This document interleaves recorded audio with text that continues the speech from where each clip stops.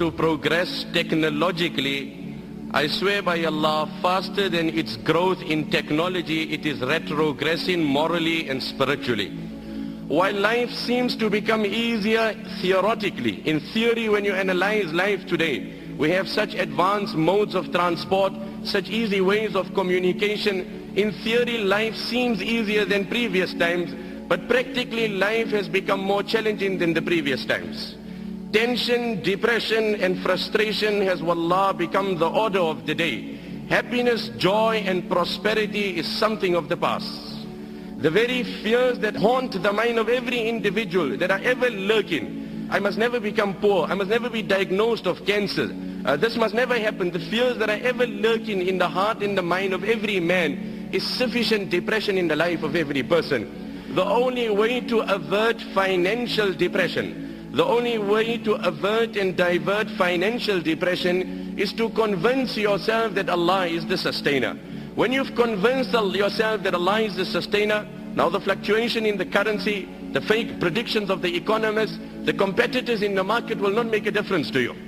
So this is the modern day poverty. That in the midst of affluence there is no joy.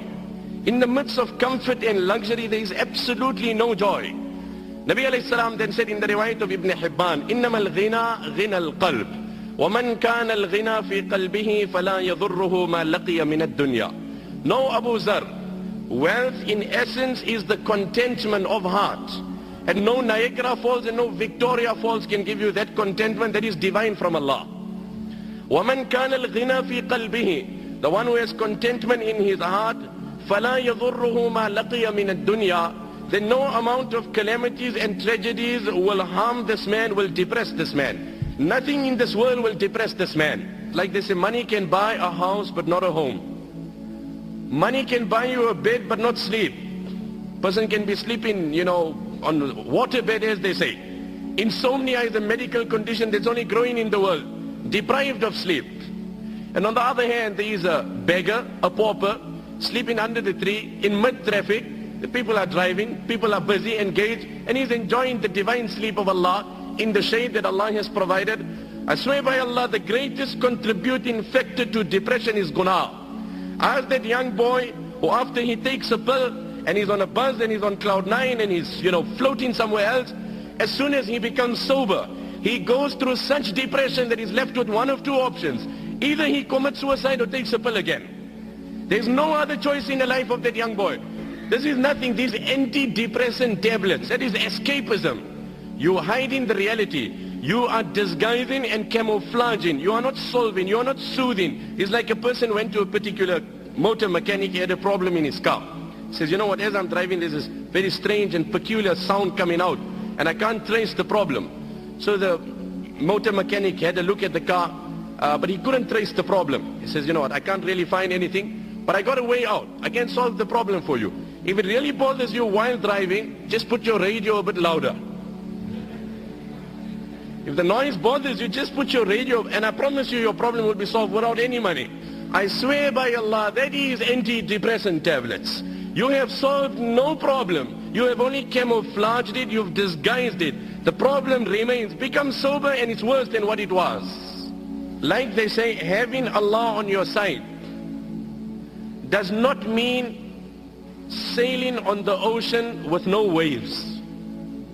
It doesn't mean that.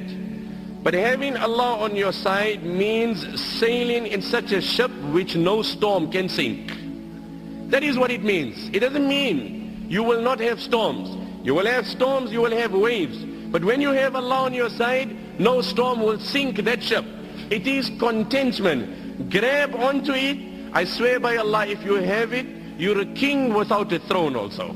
What did the Nabi of Allah say? وَمَنْ كَانَ الْغِنَى فِي قَلْبِهِ. He who has contentment in his heart, فَلَا يَضُرُّهُ مَا لَقِيَ مِنَ الدُّنْيَا. No calamities of this world will depress him. It does not mean when a man has contentment, calamities will not come. No, Allah will give him the strength to react differently. He will not get emotional by situations. Allah gives you the ability to focus on the reward promised in that challenge in Akhirah. My brother, you have tasted the fake pleasure. You've seen how it has deceived you. I call you in this gathering and I invite you and I implore you. I introduce you to divine pleasure. I introduce you to spiritual pleasure. Wallah, there is such pleasure in salah. A time may Allah favor you with it, one and all. that moment comes in your life, Allah's qasam, where you will go in sajda. And I promise you, you will derive such pleasure. Allah's qasam, in His control is my life. You won't able to lift your head up.